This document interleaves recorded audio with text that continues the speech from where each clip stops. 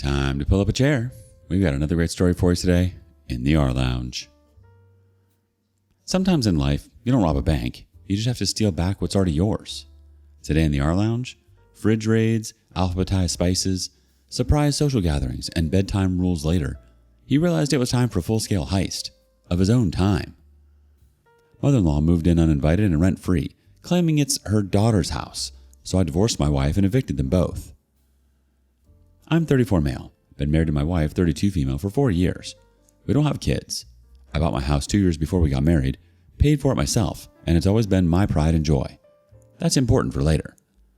So I came home one day to find 3 suitcases in my hallway and my mother-in-law sitting on my couch like she owned the place. My wife was in the kitchen cooking dinner, humming to herself. I stood there for a minute trying to process what I was seeing before asking what was going on. My wife explained that her mom was going to stay with us for a while, just until she got back on her feet. She needed help. The whole time she's telling me this, her mother is sitting there nodding like this was the most reasonable thing in the world. I wanted to ask why I wasn't consulted about any of this beforehand, but I could see my wife was already getting defensive from my tone. I let it go. Figured maybe a week or 2, and then she'd be gone. I was completely wrong. 3 days in, and I couldn't find anything in my own kitchen. She'd reorganized everything while I was out. Spices alphabetized, coffee maker moved to a different counter. All my protein shake stuff shoved to the back of the cabinet I could barely reach. When I brought it up to my wife, she laughed it off and said her mom was just trying to be helpful. I told her I didn't ask for help and didn't need my kitchen rearranged. She rolled her eyes at me like I was being unreasonable. The following week, I walked into my home office and found her mother sitting at my desk going through my papers, not even trying to hide it, just sitting there shuffling through documents like it was her right. I asked what she was doing. She said she was organizing because my desk is a mess. I told her not to touch my stuff. She gave me this condescending smile and said this was her daughter's house too. That phrase stuck with me, the way she said it, like she had some claim to my property. A few days later, I woke up to find she'd thrown out my leftovers from the fridge. I just made that food the night before. When I asked about it, she said they looked old and needed to go. My wife's response when I complained was that it wasn't a big deal, and I could just make more. That's when I started to realize my wife wasn't seeing any problem with what was happening. Her mother started commenting on everything. How I dressed, what I ate, what time I went to bed, what time I woke up. I tried having a serious conversation with my wife about boundaries. She said her mom was just concerned and I was being too sensitive. I asked when her mother was planning to leave. My wife got angry and said she was staying as long as she needed to. That's when the house rules started. My mother-in-law printed out an actual list and stuck it on the fridge. Things like shoes off at the door, which fine, we already did that. But then there was quiet hours after 9 p.m. I'm a grown man in my own house. Kitchen closes at 8 p.m. for cleaning. What the hell was that supposed to mean? I ripped the list down. She printed another one on the next day and put it back up. I started sleeping in the guest room because my mother-in-law kept barging into our bedroom in the morning without knocking. My wife said I was overreacting and that I should just lock the door. I said her mother should learn to knock like a normal person. We didn't speak for 3 days after that argument. About a month in, I overheard my mother-in-law on the phone with someone. She was saying that technically it was her daughter's house and she was on the deed, so she had every right to be there. They made me stop cold. I'd bought the house before we got married. It was supposed to be in my name only. My wife had never mentioned anything about being added to the deed. That night I checked our property documents. Sure enough, my wife had added her name to the deed 2 years ago. She'd done it without telling me, without even mentioning it. I confronted her about it the next day, and she acted like it wasn't a big deal.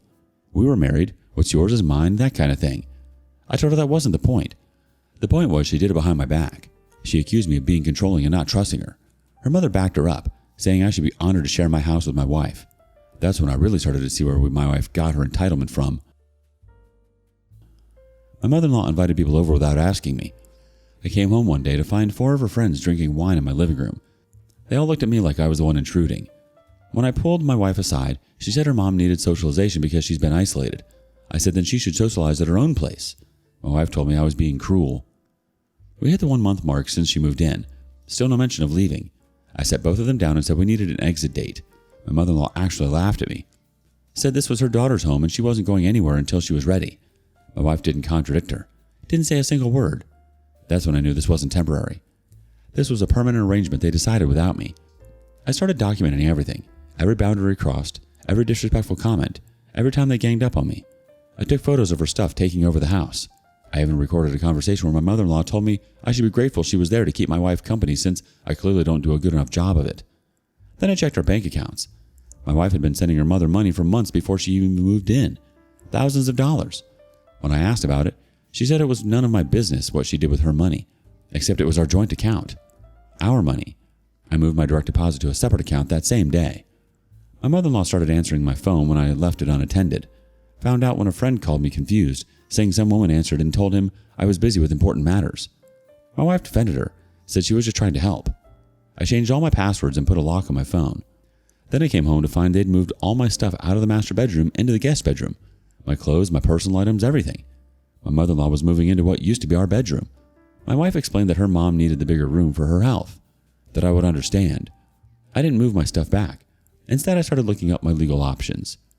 I consulted with someone about what I could do, found out that since my wife was on the deed, that was going to be messy. But I also found out that my mother-in-law had absolutely no legal right to live there, regardless of what she thought. I started working on a strategy. My wife's entire attitude had changed. She was cold, dismissive, constantly siding with her mother on everything. I felt like I was living with two people who genuinely hated me. Every suggestion I made was shut down. Every complaint was met with accusations that I was being dramatic. My mother-in-law started making comments about how the house needed updates and renovations. She had ideas. My wife entertained these conversations like they were actually going to happen, like they were planning the future of my house without me.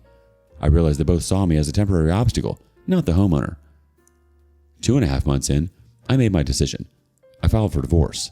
Didn't tell my wife yet. Got all my important documents out of the house and into a safety deposit box. Started moving money around to protect my assets. I knew what was coming and I was going to be ready for it. When I had my wife served at the house, the look on both their faces was something I'll never forget. My mother-in-law immediately started screaming about how I was abandoning my family. My wife just stared at the papers in complete shock. I told them both they had 30 days to vacate the property per the eviction notice that was coming. My wife blew up my phone after that. Hundreds of texts, dozens of calls. I didn't answer a single one. Her mother got on her phone and left voicemails calling me every name in the book. I blocked both numbers. They tried showing up at my friend's place where I was staying. I didn't answer the door. My wife tried the whole, "I can change" routine via email. Said she'd make her mother leave. Too little, too late. I'd already checked out of the marriage emotionally. The divorce was happening whether she liked it or not. Her mother sent her own email saying I was making the biggest mistake of my life and that her daughter deserved better. I actually agree with that last part. She did deserve better than what she'd become. The formal eviction paperwork was processed.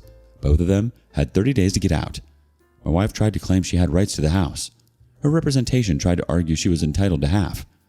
My guy countered with documentation of when the house was purchased, proof she'd added herself to the deed without my knowledge or consent, and even of the financial manipulation with the money transfers to her mother. My wife finally realized I wasn't coming back. She tried a different approach then, crying, apologizing, saying she didn't realize how bad things had gotten. Her mother doubled down instead, sent me messages saying I was pathetic and couldn't handle a real woman. I screenshot everything from my records. I found out through someone who lived nearby that they were trying to change the locks on my house. I called the authorities immediately. They showed up and informed both of them that changing the locks during an eviction process was illegal. My wife cried. Her mother argued with the officers. Neither of them got anywhere. The deadline came and they weren't out. I had to get enforcement involved. My mother-in-law was forcibly removed while screaming about her rights. My wife was more subdued, but kept saying this wasn't fair, that I was ruining her life. Everything they owned got put out on the lawn. I changed the locks myself this time, completely legal now. These two people had tried to take over my life and my property. They'd conspired together to push me out of my own home. My wife had chosen her mother over our marriage at every single turn. She'd added herself to my deed without my permission, joined our joint account to support her mother, and then let the same woman move in and systematically disrespect me in my own home. Am I the a-hole? Update 1. It's been a few weeks since my last post and people have been asking for an update. The divorce is moving faster than I expected. Turns out my wife finally realized that fighting this was going to cost her way more than just accepting it. Her representation tried to get her spousal support, but my guy shut that down pretty quick by showing she'd been financially draining our joint accounts to support her mother without my knowledge or consent. She's getting nothing. I found out through the grapevine that my mother-in-law is now living in a studio apartment and apparently hating every second of it. My ex moved back in with her. The house officially went back to just my name on the deed. The process of removing my ex's name was smoother than expected once I proved she'd added herself without proper disclosure. The divorce was finalized about 2 months after I filed. No assets to split since everything was documented as mine from before the marriage. The house, the savings, all of it. She tried one last time to get something out of the house sale, but I'm not selling. I'm keeping it. She walked away with what she brought into the marriage, which wasn't much. The house is fully mine now. Every trace of them is gone. I had the place deep cleaned, repainted the master bedroom that her mother had taken over, and bought new furniture. It actually feels like my home again instead of a place I was just existing while 2 other people called the shots. My ex apparently lost several friends over this whole situation. Once the full story came out of what actually happened, a lot of people stopped talking to her. Her mother's reputation is destroyed too. Turns out she'd pulled similar stunts with other family members over the years. I wasn't the first person she tried to mooch off of. I was just the first one to actually do something about it. My ex's financial situation is apparently bad right now. She's having to support both herself and her mother on her income alone. The irony isn't lost on me. She spent months telling me that family comes first, and now she's drowning trying to support hers. That's what she wanted, though. She got it. Final word through people we both know is that my ex and her mother are barely speaking now. Turns out when you don't have someone else to gang up on, you turn on each other. They're stuck in that studio apartment together, and apparently it's not going well. My ex is realizing what I already knew. Her mother is impossible to live with. Too bad she had to blow up her marriage to figure that out. Changed my number recently. Fresh start. Only people who have it are the ones who actually matter in life. My ex doesn't have it. Her mother doesn't have it. None of their family has it. I'm completely unreachable to them now. I ran into my ex at a store last week. She tried to approach me. I walked right past her like she didn't exist. She called after me. I kept walking. That felt better than I expected it to. No guilt, no hesitation, just complete indifference. Her mother apparently tried to get in touch with my parents too. Wanted to plead her case or something. My parents shut that down real quick. They never liked her anyway and were relieved when I told them I was divorcing my ex. My mom actually said she'd been waiting for me to wake up and see what was happening. The paperwork is all finalized now. Everything is legally settled. She can't come back and try to claim anything.